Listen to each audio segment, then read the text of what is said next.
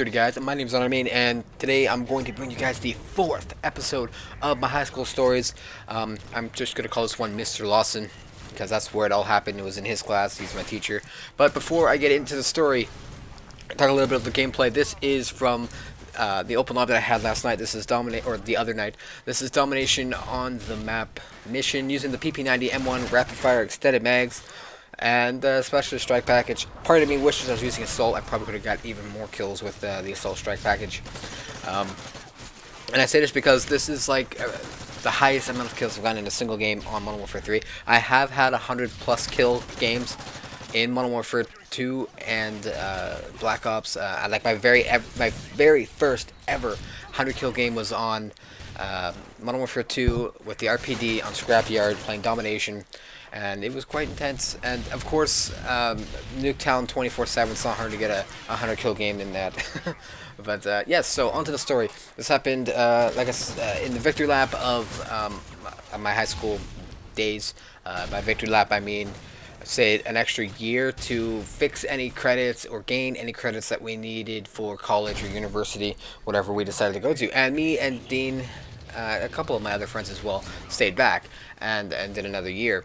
And so me and Dean ended up being in a machine shop class with Mr. Lawson. Now, Mr. Lawson is the type of teacher that he plays favorites, and he's very hot-headed, and he's Scottish, so I guess that's typical. I'm sorry if I am being ignorant here, but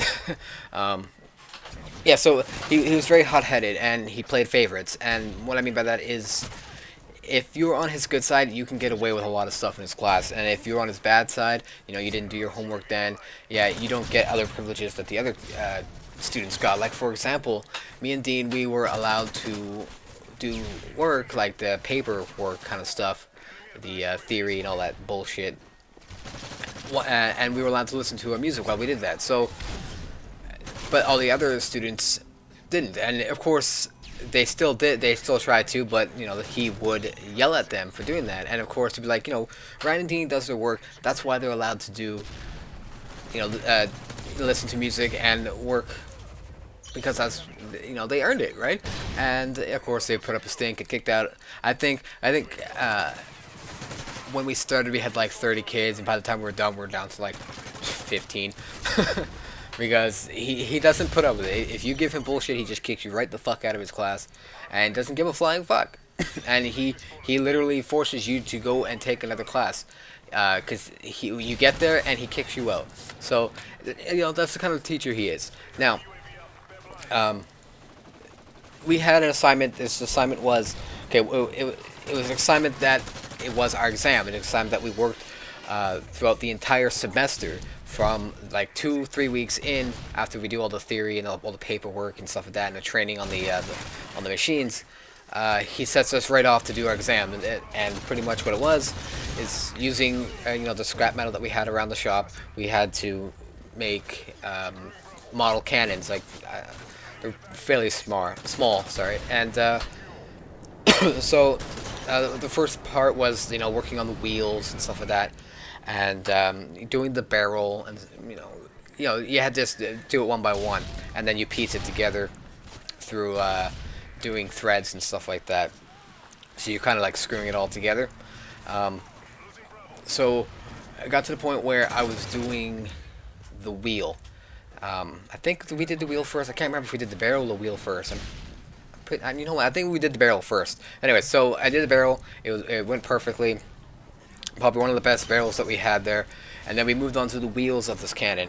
Now, we had to use the lathe machine. Now, the lathe machine, how do I explain this? Basically, it has a clamp. It clamps onto the product that you're, the object that you're working on, and then it spins it around really, really fast, and then you kind of like crank this sharper metal piece in towards it to, you know, shave it down, right? To, you know, make it smaller and shape it the way that you want. Now, with this lathe machine,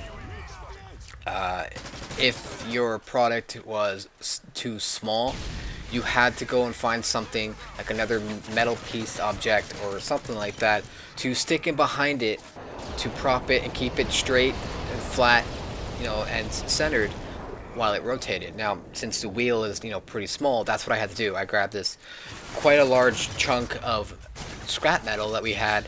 I stuck it in the behind the what do you call them, the clamp thing, to make sure that my wheel was level, so that my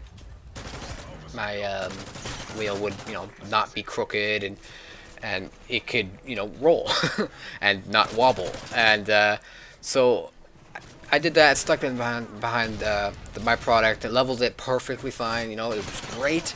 And then I decided to turn the machine on, but I forgot one important thing. To take that metal piece out. This metal piece isn't securely in there. It's, you slide it in, you level it out, and you pull it out. It's, it's not in there. It's not secure. And since this thing is spinning extremely fast, like it's so fast that after you're done, scraping your metal off of it, you touch it, it's really really hot. Yes, so it's spinning really fast, and it shoots this hunk of metal at my foot. Now, well, my leg, sorry, not my foot. And I gotta say, that's probably one of the most painful things I've ever had. And get beasted on, guys. Gommel. But yes, it's probably the most painful thing I've ever experienced in my life. And it left an indent in my foot. If I'm able to, I'll put a picture of the indent. If it doesn't turn out good, then obviously I'm not going to put it up. But, excuse me. Yeah, so, and my leg was bleeding so much, and I didn't want to say anything to the teacher, because then bam, I'm on his bad side. Because you do one thing bad, you're on his bad side, and you lose everything you've worked for in that class. And that was bullshit. And so he heard the metal piece drop, and he was looking around, and he didn't see anything, because when it hit my foot, it rolled underneath the lathe machine, and I manned up and didn't go wow, I didn't scream, and because he didn't know. So the rest of the period, I'm walking around. I had with my leg bleeding, I had to pull my sock up over the cut, just so my sock would absorb the blood that was coming out, and it was a very painful experience. I'm not gonna lie. So.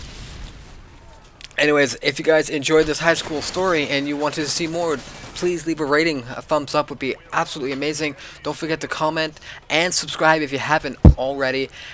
Thanks for watching, guys, and as always, stay dirty.